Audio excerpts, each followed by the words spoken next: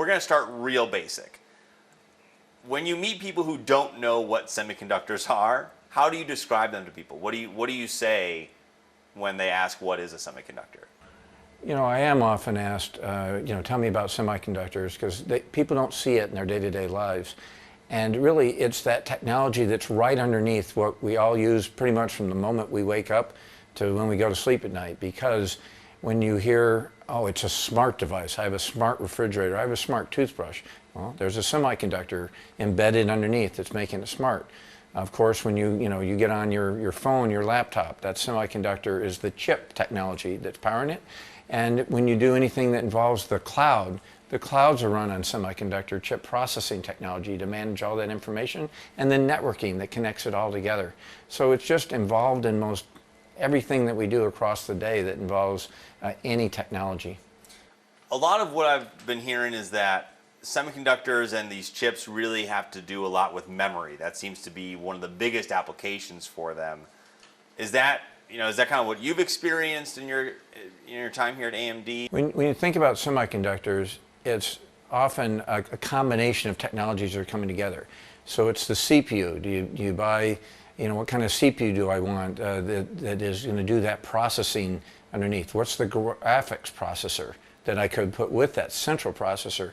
And both of those need memory. They talk to memories that store that information that those processors are going to work on. And so, processors combined with the memory, and then where you eventually store that device, where you have lots of information that's got to be processed, that all comes together as part of that semiconductor industry to enable computing. How long have you been in this industry, beyond AMD? This year marks 40 years for me in this industry.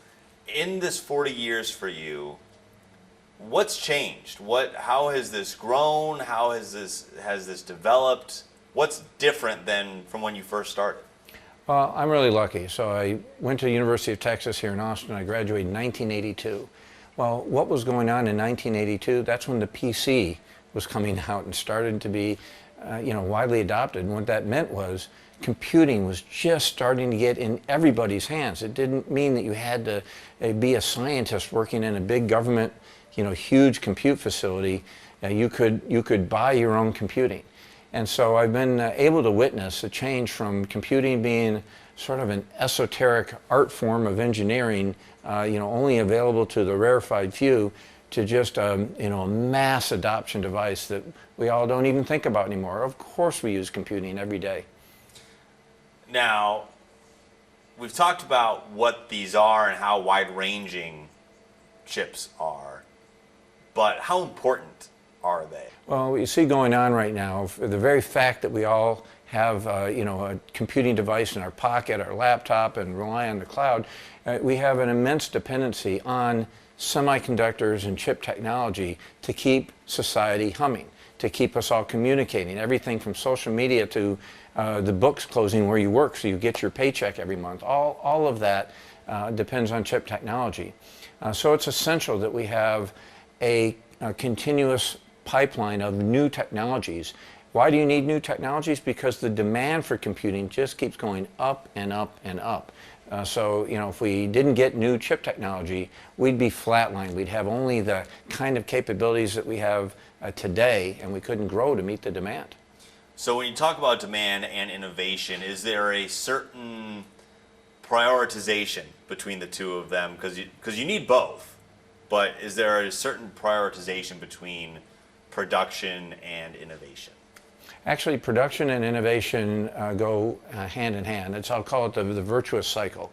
So the innovation goes on, always thinking about what's next. It looks at what's in production. It looks at how it's being used and where does it need to be improved. That part of the virtuous cycle drives innovation. How do I solve a problem? How do I improve it? And that creates the next generation of computing devices. And so, that's what's really fun about the semiconductor industry. It's innovation based at its foundation, but it's married with a very strong manufacturing capability to be able to get those ideas, get those next generation of chip technologies out into consumers' hands or supercomputers' hands, if it's something in the cloud or the data center. When we talk about innovation, what does that actually mean? Like, how do chips get better or get more efficient? What's actually making that happen, driving that change? You know, what really drives the need for change in semiconductors is the fact that to get more and more computing typically takes more power that gets burned, and it takes more chip area and new semiconductor process technologies that make the device more expensive. So think about that. Without innovation, each generation of new chips burns a ton more power and costs a lot more money. Well, what that means is it would really inhibit the growth of the industry. So innovation is required to keep the growth of computing, because the public has this insatiable demand for more computing. And we're using computers more and more in our daily home lives and in our businesses. And so innovation is the lifeblood that allows us to not consume all of the energy on the planet, to be able to keep it to be a contained energy, and yet provide more of these capabilities going forward. How do these actually even work? I mean, do you just kind of have to plug some, run some power, some electricity through it, and then it functions, or there are chips used for so many different things. How does that happen? Yeah, chip designs range the whole gamut.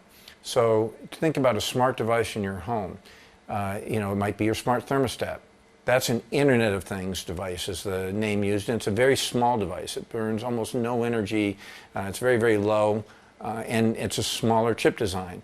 And so that might be not only very small, it may not need the latest of chip semiconductor technology.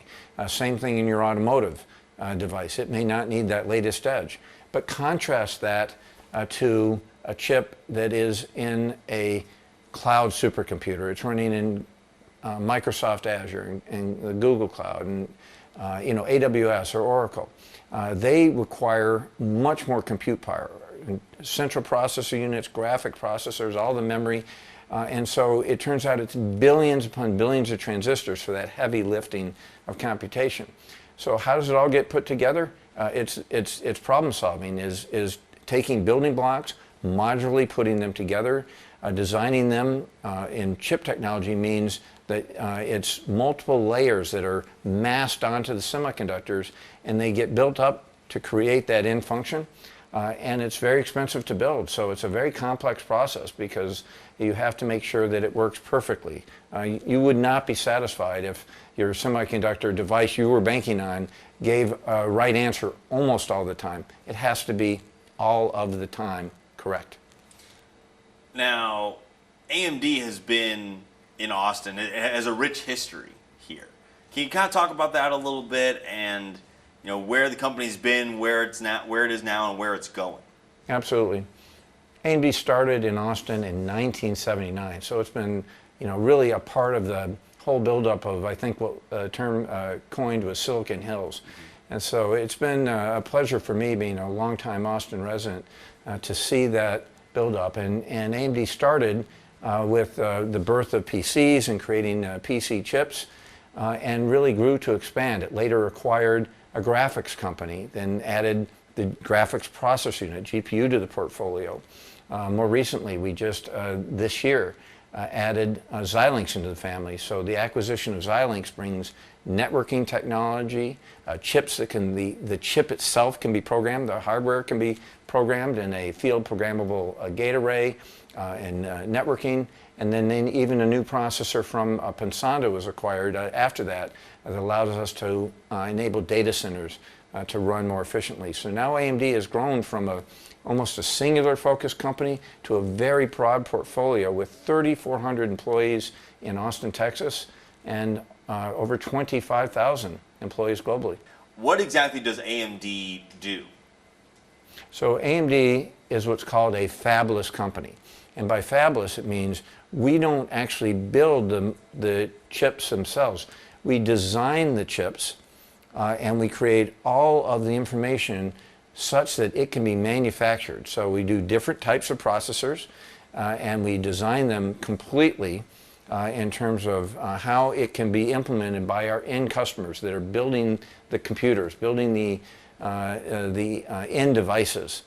And we then partner with foundries. These are the type of chip companies that we're now attracting to build in the United States their manufacturing capabilities. Many of them today are overseas, but we partner with the manufacturing side to build out our chips. So we are really one of the leading fabless chip design companies in the world. So when it comes to chip design and chip production, or I should say when it comes to chip production and function, why does design make a difference, or why does design, this is going to be blunt, why does design matter? Well, design matters because it's what delivers you the experience. So we're in game consoles. We're in the Sony PlayStation 5, the Microsoft Xbox, Series X and that family. We're in a Steam Valve. It's a handheld. And so think about that experience. You care about the chip technology because let's say you're a gamer. You want a vivid graphical experience. You want it to be fast. You want it to be responsive. You're working on your PC. You want it to be able to solve those problems. You want it to be able to edit your videos and your photo collection very, very efficiently. You're in a laptop. You want a long battery life. And if you're running your business, you're running on the cloud or a data center, you want it to efficiently run your business operations. That is chip design. Chip design is what gives you the performance. It takes what's an idea of how we might solve a problem, puts it into a chip technology that allows your computer programs to run on it. Without new chip designs, what is the software running on? So we developed the chip technology, and I'll call it the enablement layer of software, such that the end applications can run, whether it be games or software on your PCs, again, up to the toughest problems that are solved in data centers. You mentioned earlier that the production has really moved overseas for a lot of companies, for a lot of the industry. Congress finally passed the CHIPS Act this year. How does that impact, whether it's AMD specifically or the industry as a whole, what role does that play to kind of bring companies back to the United States? The CHIPS and Science Act was really an important milestone here in the United States because it marked a clear realization that semiconductors and chip technology really matter for the future of competitiveness of the U.S. And what the Act does is it has two really major funding elements. One that really entices the building and staffing of silicon semiconductor manufacturing here in the U.S. And the other element is to really grow the enablement with bringing a national science and technology center that will allow academia to work closely with industry and really advance the future technologies that we need to put semiconductor solutions together. So it's really a huge milestone. Now, this $52.7 billion that's part of the CHIPS Act. This is the first time in decades that the federal government has given this kind of notice, I guess, to the semiconductor industry. While Taiwan, China, Korea, they already have these sorts of incentive programs. Does this CHIPS Act truly level the playing field when it comes to that competition between other countries that are trying to entice companies to build there or design there or manufacture there? Well, the CHIPS Act really gets us started of rebuilding our manufacturing and really our future design capabilities here in the U.S. It's a very lengthy process to build back up that expertise. As you recall, we used to be at the forefront. So Semitech was started right here in Austin, Texas. And really its mission was to have the U.S. be at the forefront of semiconductor technology. And much of the design of that new semiconductor process, and of course the in devices, is still in the U.S. But it's the manufacturing aspect and putting the solutions together that the CHIPS Act is focused on. So just over $39 billion of the 52 is focused on getting fabrication facilities built here in the U.S. And then about $13 billion is really a look to drive more education and more academic partnering with industry to advance the future state of the art as to how semiconductor solutions are put together.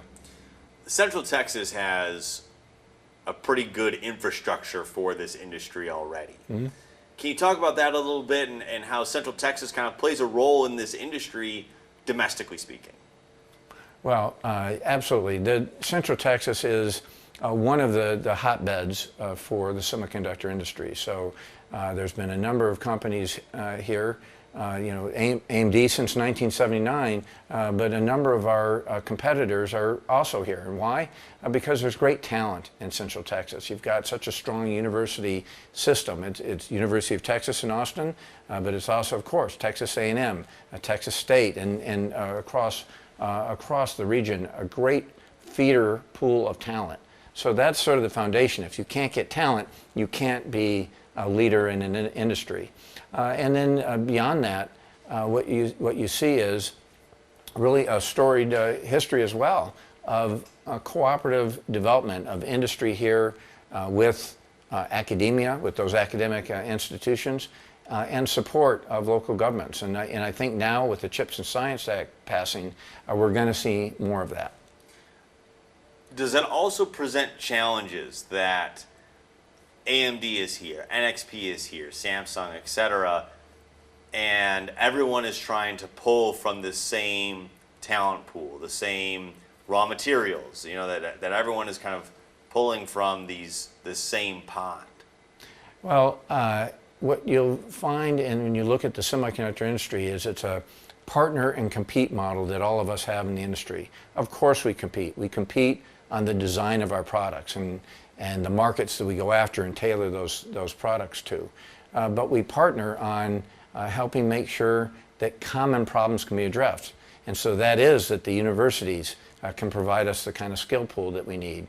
That's to make sure that we have the right standards so that any one of our chips can work interoperably with one of the other person's chips. That creates an ecosystem that help get consumers the end products that they need. Honestly, the CHIPS and Science Act will be another impetus to bring cooperation of all those companies in Central Texas to help build the competitiveness of the United States in the semiconductor industry. How big is this industry? Because when you hear semiconductors, you hear AMD, you hear Samsung, you hear Infineon. But there are so many companies that are supporting this industry as well, Applied Materials, Tokyo Electron, etc. Can you kind of talk about just the multiple effect, I guess, for lack of a better phrase, of this industry and of having these manufacturers and these design companies here in town? Well, the semiconductor industry is huge and growing at a very, very fast clip. It's hundreds of billions of opportunity that we look at just in AMD. And the market as a whole is much, much more than that. And why is it expanding so much? You really don't have to look beyond what each of us experience every day. I'll bet if you compared, Mike, just how you interfaced with computing, the number of devices used, how often you got in the computer, how much did you use social media, how much did you consume of content through actually a computer, whether it be a PC or a smart device or a video call now versus just several years ago. Because the pandemic changed everything. It accelerated the digitization, the digital transformation of how we all live our lives. So it is a huge industry, and it's growing at a double-digit clip. The past 2 years, it kind of really exposed some supply chain issues. Do you see that the industry has been able to prepare for any sort of other future potential supply chain interruption? Well, there was such a surge of demand for electronics when the pandemic hit. I think people thought that it may, in fact, curtail that demand, and certain industries such as automotive actually slowed down their orders, their demands. But then they found themselves in a severe shortfall. And really, I think most industries faced a shortfall of supply over the last 2 years. And when you look going forward, it's starting to ease. There is, economic headwinds that we see. So you are seeing a slowing of the economy, and you're seeing a normalization starting to occur. and I emphasize starting. It's going to take probably through the end of 2023 for full normalization. But you are seeing less impact as the months go on versus the, I'll say, crisis of supply shortfall that we had, I'll say, the previous 2 years. How much forecasting of the industry is involved when it comes to AMD, or just kind of preparing for future demand? Forecasting is hugely important when it comes to the supply chain. Our AMD supply chain did a phenomenal job. And you think back through the pandemic, they were constantly looking at where is the demand, which of our computer chips are most in demand, and how do they adjust. And that meant, and many times, building up new capacity. It might be more semiconductor wafers that we needed, or it might be the actual carriers that you put those semiconductors on. And it might be even small components when you put all of that together. The thing about the supply chain is all it takes is one missing link, one component that you can't get, and then you can't complete the product. You can't get it into your consumer's hands. So overall at AMD, we fared pretty well. We did lengthen the time of advance warning that we gave to our suppliers so that they could better prepare, and that really helped us quite a bit in addressing our supply needs. One last topic that I wanted to talk on is really the future of this industry. Where do you see it going? How are we going to get there? The future for semiconductor industry is incredibly bright because there's a number of trends that are causing, of course, new invention at every cycle. Just doing what we're doing today drives the growth in our industry and the need for new capabilities. But I can't underestimate the impact that artificial intelligence, AI, will have in the chip industry. What most businesses are seeing is that when they apply AI to a problem that they're solving, where they can use data. They were collecting data and they were doing some analytics on it. But when you really look at data that can be analyzed to predict trends, AI is incredibly effective, and people really can increase the productivity of their businesses. And the same thing applies to our home lives. So AI is used, might be a video conference you and I be having. I hit blur to blur the background behind me. That's AI creating that blurring while it keeps the image of each of us as individuals sharp on the screen. AI is helping your shopping experience by predicting where you might want to go. Of course, you can turn it off if you, in many applications if you don't want it. And AI is really also really affecting the accuracy of predicting even, let's say, smart cities. Where is there going to be traffic jams? How do we avoid problems that we've taken for granted that exist in our daily lives? You can't pick an application that isn't likely a candidate to be improved and be more productive if the data around it can be analyzed and used and have AI applied to it in an effective way. As the industry continues to innovate, continues to develop newer, more efficient chips, smaller chips in some cases too, I have to imagine that the mainstream chips that are in older technologies will start to be replaced.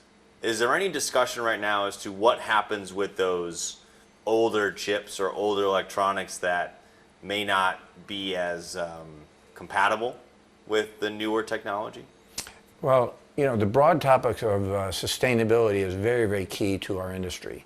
Sustainability is a broad topic. How are we being thoughtful about energy? And at AMD, we're incredibly focused on improving every generation the efficiency of our chip designs. We just did a massive improvement in the chips that go in laptops, getting more battery efficiency, and we're doing the same thing now in the big computers in the data centers in the cloud.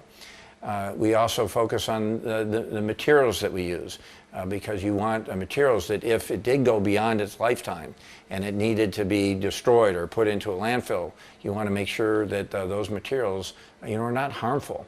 And beyond that, there's often more focus on how do we use technology longer in a lifetime. So how can I use a generation -1 or generation -2, so it's 1 or 2 generations old in other applications. And so we start thinking about in designing computers how, for instance, memories you could use the current memory or even an older memory generation in that same computer. So effectively improving the life of those semiconductor chips. When we talk about generations as it relates to semiconductor chips, how long is that? I mean, is that like 2 years? Is it, a human generation of however long it is? So we design all of our chip products based on the market segment and what that market segment demands. PCs, well, there's a back to school every year. And so we need, as a design company, to have a new generation PC chip, a new CPU and GPU chip out there in that new generation on almost, really an annual basis. When you think about computers that go into the cloud, that are that heavy lifting, those are typically running on a cycle of about every 18 to 24 months that they refresh and come out with a new generation. And when you look at embedded devices, those devices that you don't see but they're in the appliances around you, whether it be at your home or in industrial applications, those have much longer lifetimes. Those have lifetimes of 6, 7, or really well over a decade in terms of their lifetime. Tell me your relationship with the local universities in town, the local researchers here.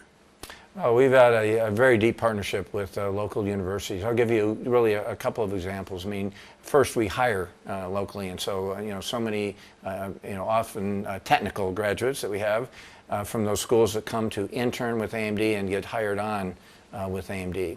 But beyond that, we partner in relationship of consulting or providing input on curriculums that can better prepare students, sponsoring certain research. And I could not be more proud of the High Performance Fund, High Performance Computing Fund, where we donated, in today's value, $15 million worth of supercomputing capabilities to University of Texas, where it's being used to really advance analysis on the spread of disease and how to contain that. And then at Texas State, where it's being used looking at identification of breast cancer or pathogens through a deep visual analysis. So two examples of that kind of partnership actually translating to improve healthcare in society. Can you speak to the need of introducing students or introducing people who are in the university systems and environments to these technologies in order to prepare them for what work looks like, whether it's at AMD or one of the competitors in town? Yeah, it's for a university student, it is hard to understand what comes after I graduate. And so I'm a big proponent of internships or co-op programs where you can actually get some work experience during the summer or during a semester at work while you're completing your undergraduate or your graduate degree. But beyond that, we do outreach to universities as well, where we, along with others in the industry, will set up tables and share with students the kind of work that's out there. How can they apply that academic knowledge that they're gaining once they graduate? So have you heard of TIE? What does that do for this industry to have that announcement, to have that collaboration, in order to do a lot of things, but one of them being secure CHIPS funding for research? Well, the Texas Institute of Electronics that the University of Texas is proposing, we are very excited about at AMD, as are others in the industry, because it's got a strong backing from the University of Texas. It's got strong backing of Senator Cornyn and Representative McCall, who sponsored the CHIPS and Science Technology Act. And if it comes to fruition, it's really going to bring leading edge technology together as to how do you take chip solutions, different types of chips, and put them together in novel ways, package them in novel ways to really push the edges of computing going forward. It's a great proposal, and we're certainly supportive of this proposal at AMD. In that same vein of being able to package chips together in new and innovative ways, will there ever be a time where a single chip can function on its own and just whether power the software on our phone or work with a computer or a laptop, or do these most advanced chips that are being developed still need the capabilities of the older mainstream chips? Well, you look at how most products are developed, there's not just one chip technology to power that product. If you take apart any of the consumer products, if you take apart by pulling out one of the trays that runs the cloud, one of the big data centers, what you will always see is a combination of different chips that are brought together.